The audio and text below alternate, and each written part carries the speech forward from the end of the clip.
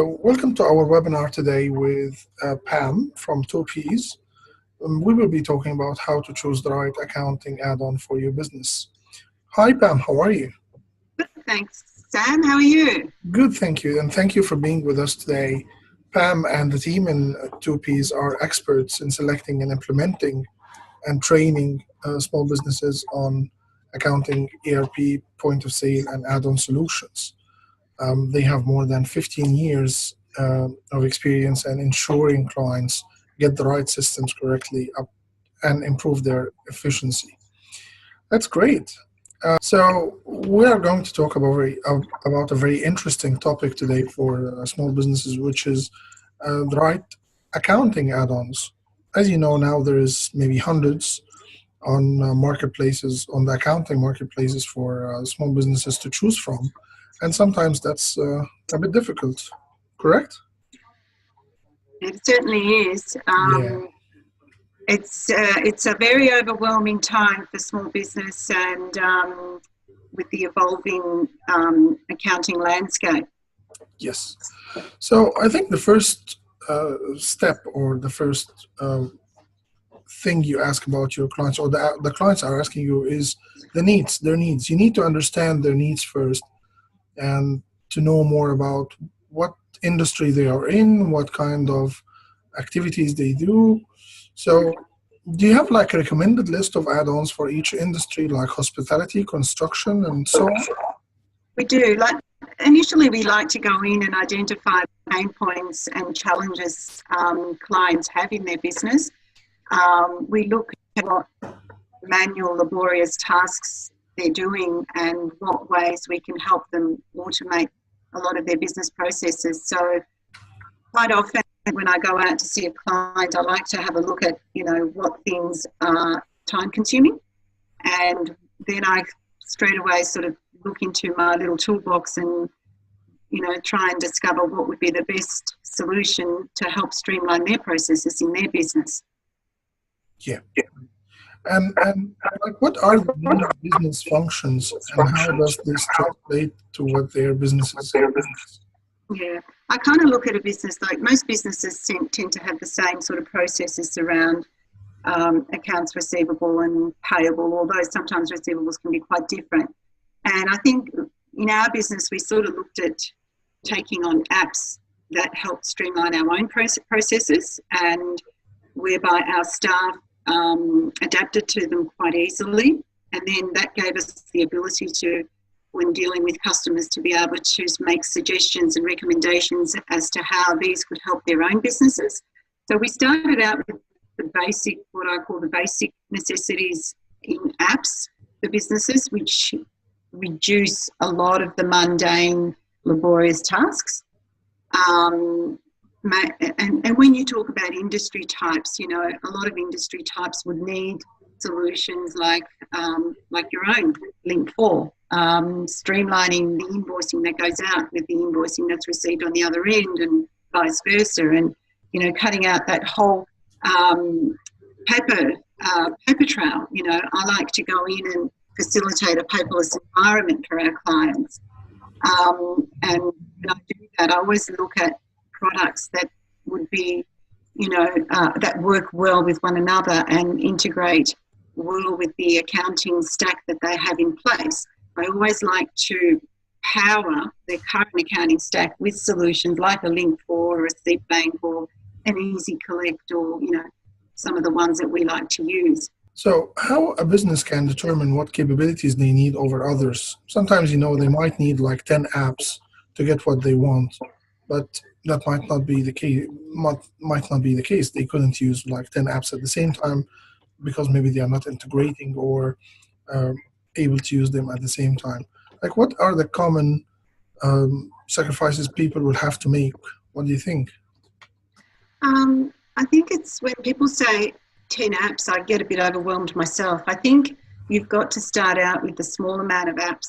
Start with one, roll that out, make sure everybody is across it, understands it well, and uses it to its full potential, and then slowly start,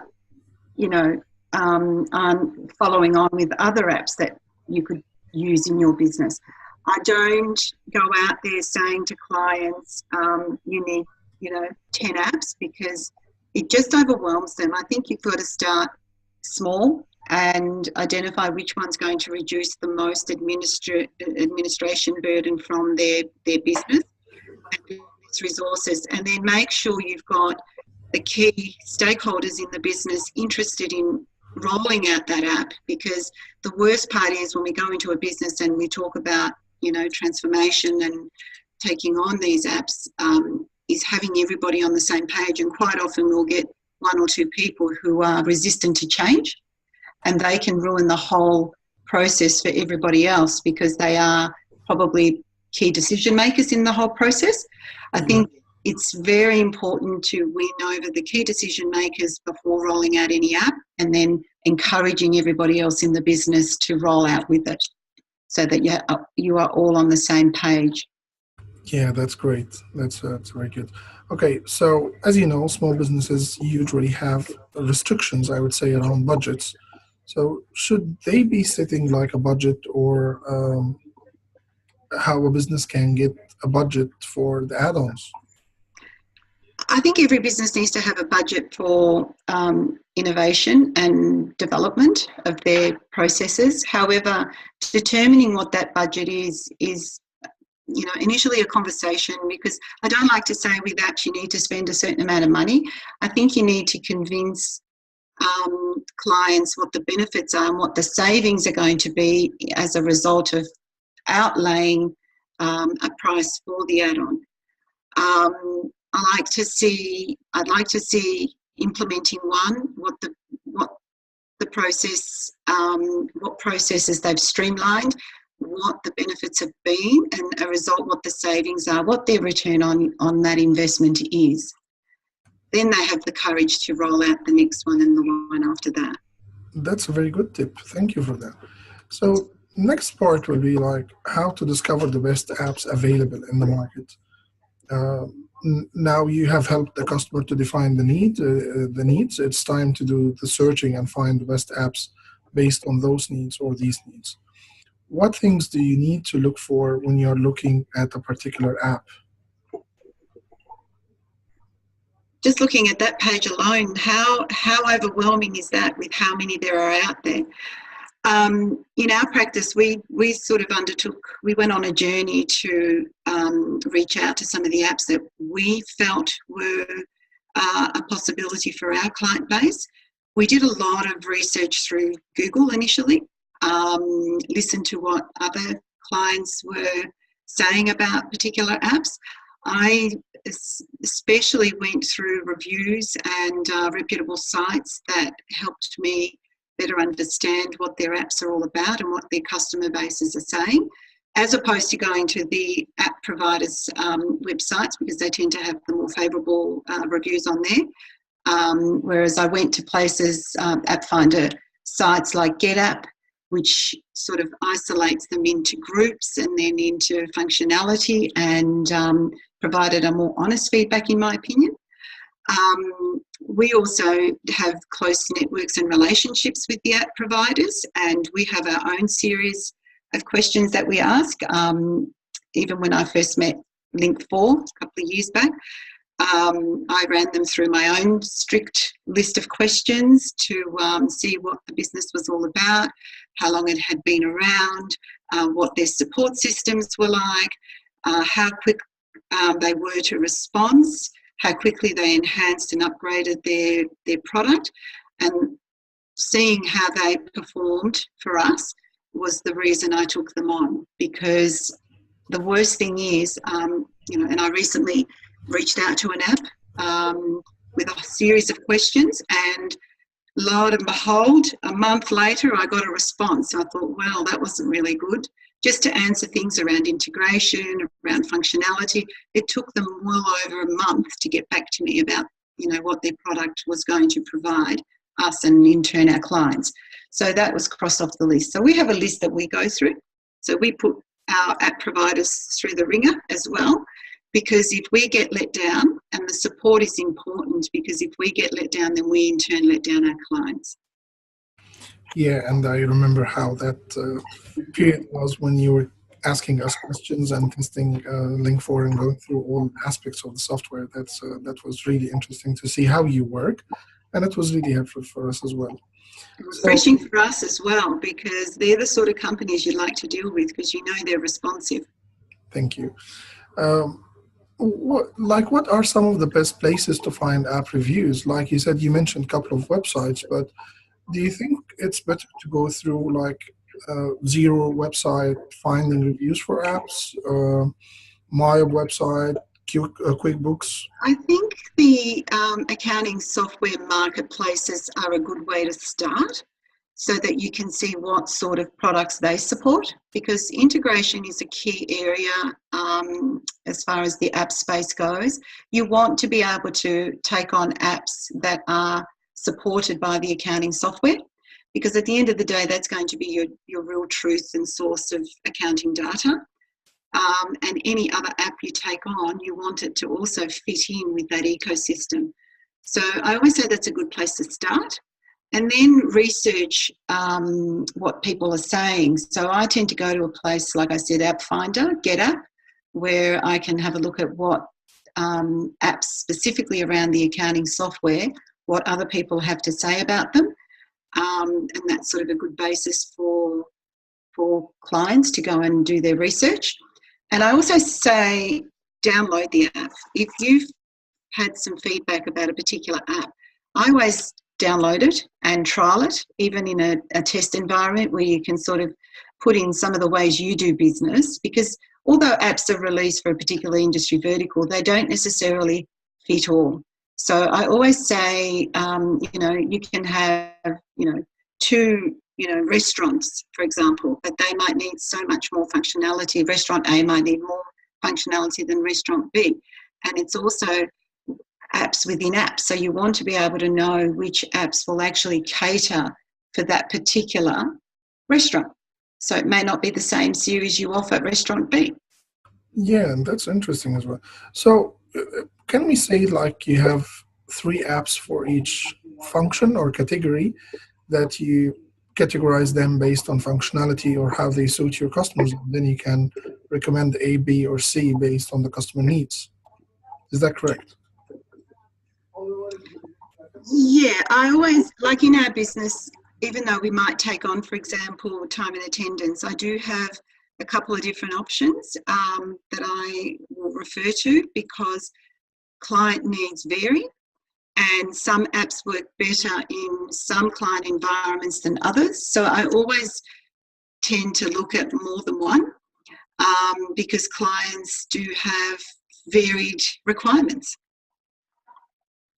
And with the growing number of add-ons, or if someone is looking for an add-on, is it a good practice to let's say zero in one of those apps and say, no, I'm not going to look at this one? Or you should be always open for checking, trying, seeing new apps? Exactly. And I think, don't always go by what suits one person, because their requirements might be quite different to yours. I kind of think always go and do your research. So if someone's spoken about an app, do your research, go to those websites, have a look at what the reviews are like, what are other people saying? Because like I said before, not one size fits all. And then from there, go to the app provider, ask them to give you a demo or your advisor, and get a demo of the product, and make sure you prepare in advance, prepare all the types of questions and scenarios around your own business, and get them to show you how it works around those requirements as opposed to just generally. Then you'll be more informed to make the right decision for your business. Great. The next part with this process will be selecting the best apps. So you have done the research and narrowed down what you need, and now you are selecting the best app or best app combination, because you might have to use more than one.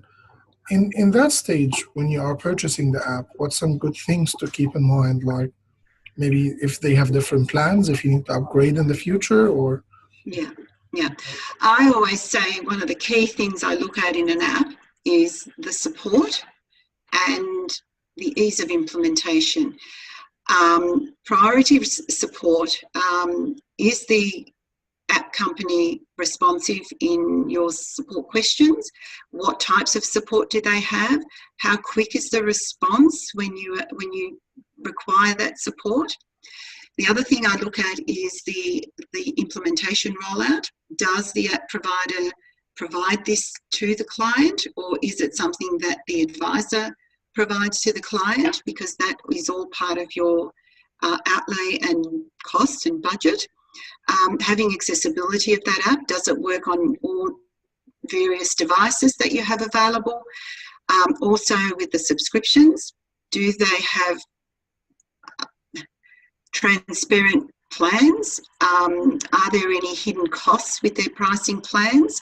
For example, there are some that might say, if you have this level of transactions, the price is this. When they jump to the next level, what is the price going to be? What happens when the business is scaling up? What are the costs that customer is going to be faced with should they start scaling? There's a whole lot of areas like that I kind of encourage my clients to make sure that they do their homework on, or I provide them the details on. I'm sure you're going to give them more value out of this process, because you have been, as you said, testing and trying different apps, and you are aware of their plans, and when you upgrade, or even I remember one of the questions you asked us, okay, if one of the users doesn't want to keep using your add-on, what's the plan of getting their, let's say, documents or transactions or whatever out? So this could be one of the things as well. Exactly. And just having transparency, I think it's very important for companies that we deal with, particularly the ones we've taken on board. We love the fact that their honesty, their transparency, their support, how interactive they are with the training, the resources they have available online. Like, you've got a wonderful set of resources for interactive learning. I think these all play a role in making the right selection for your business. Yeah, sure. And let's say the user would like to get 5 different functions, or they have 5 different needs, but they can't get everything they want right now. What's the best way to work around that? Like, could it be only get what you can get now and then set a goal for the future to have more features coming in? Or even you talk to the cloud accounting add-on and let them know these are some of the requirements we have for the users? This is where advisors like us can really help, because it's just knowing where to start and what to roll out in stages based on whether it is budget or requirements. I always look at what are the areas that can be streamlined a lot quicker, and what manual labour can be reduced. And although you might feel, and this is where we get resistance quite a lot of the times, is that people feel their jobs are going to become obsolete.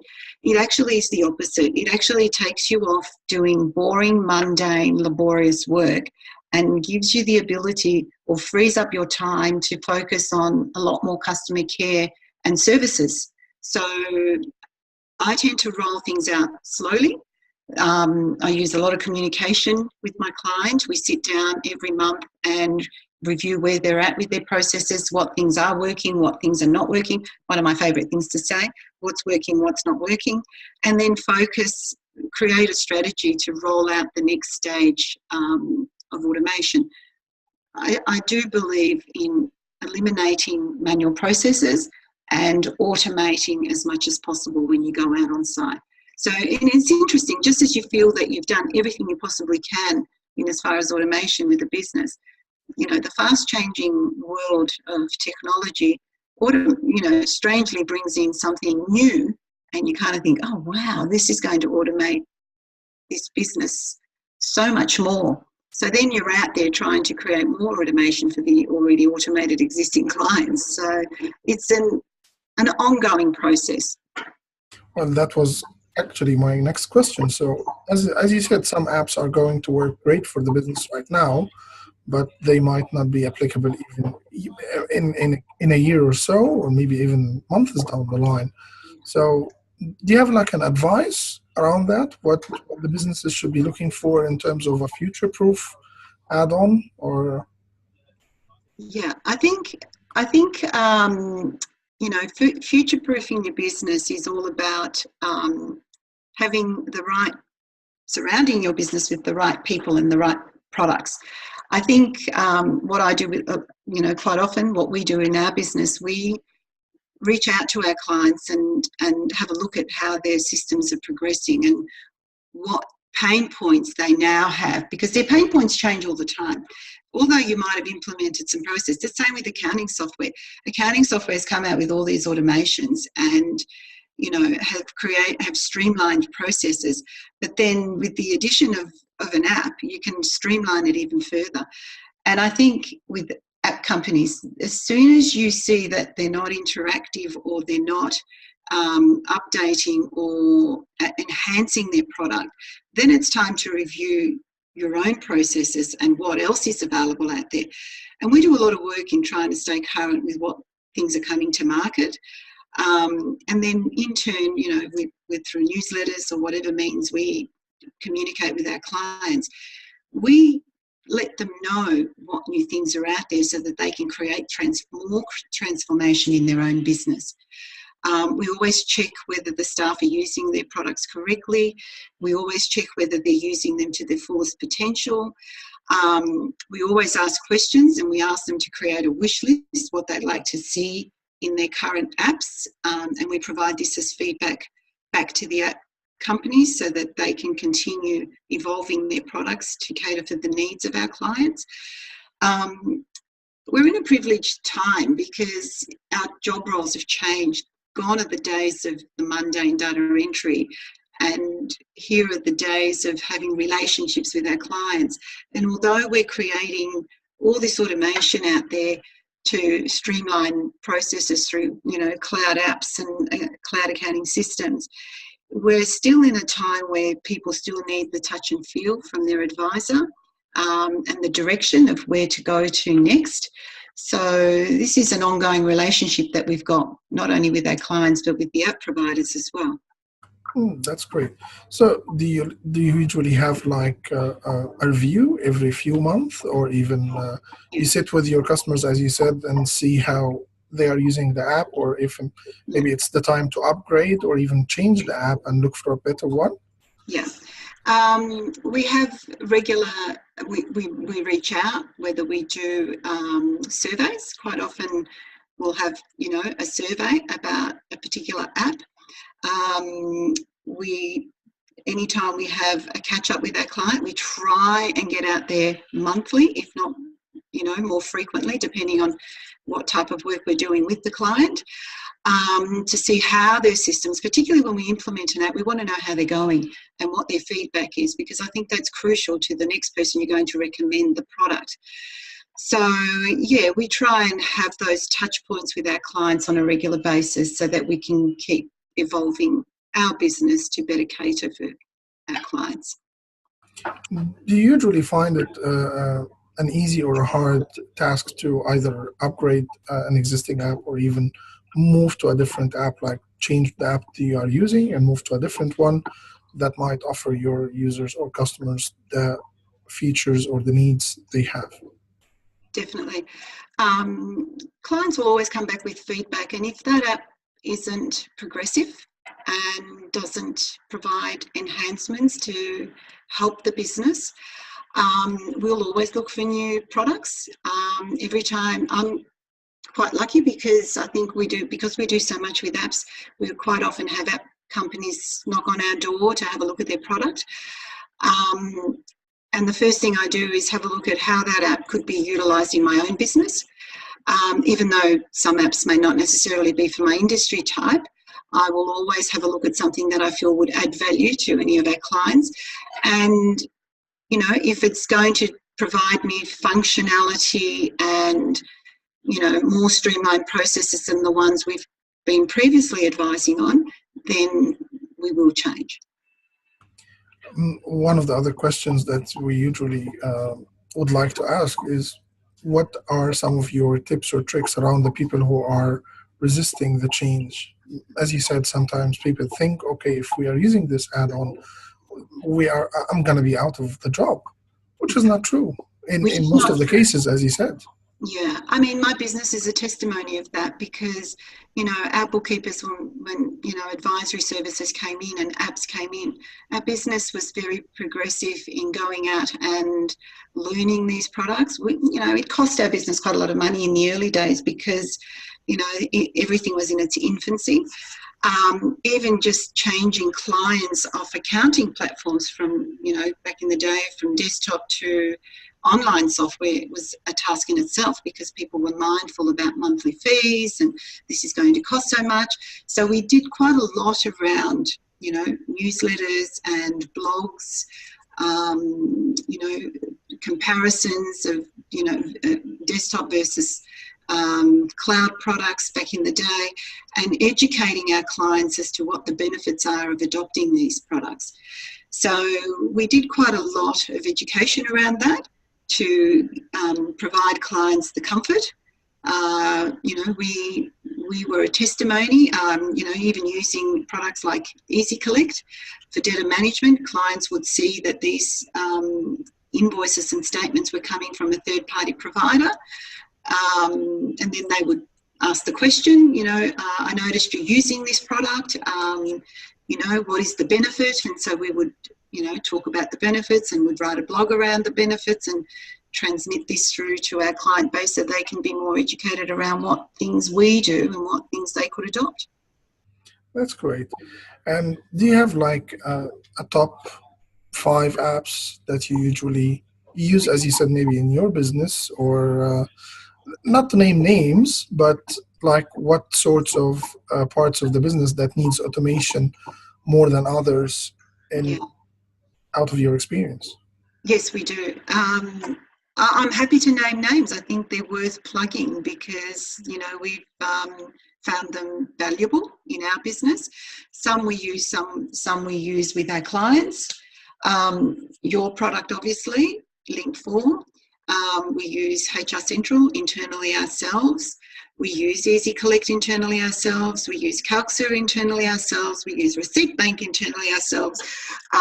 There's an array of products, and in our industry verticals, we use products like Retail Express, Counter, Vend, Unleash. So we have quite a nice suite of products that we use, and some of them we go through and implement ourselves. Others we are connected with the app vendors to help transition our clients, because we too can't be all things to all people. So we like to surround ourselves with the right networks that can help service our client base with us.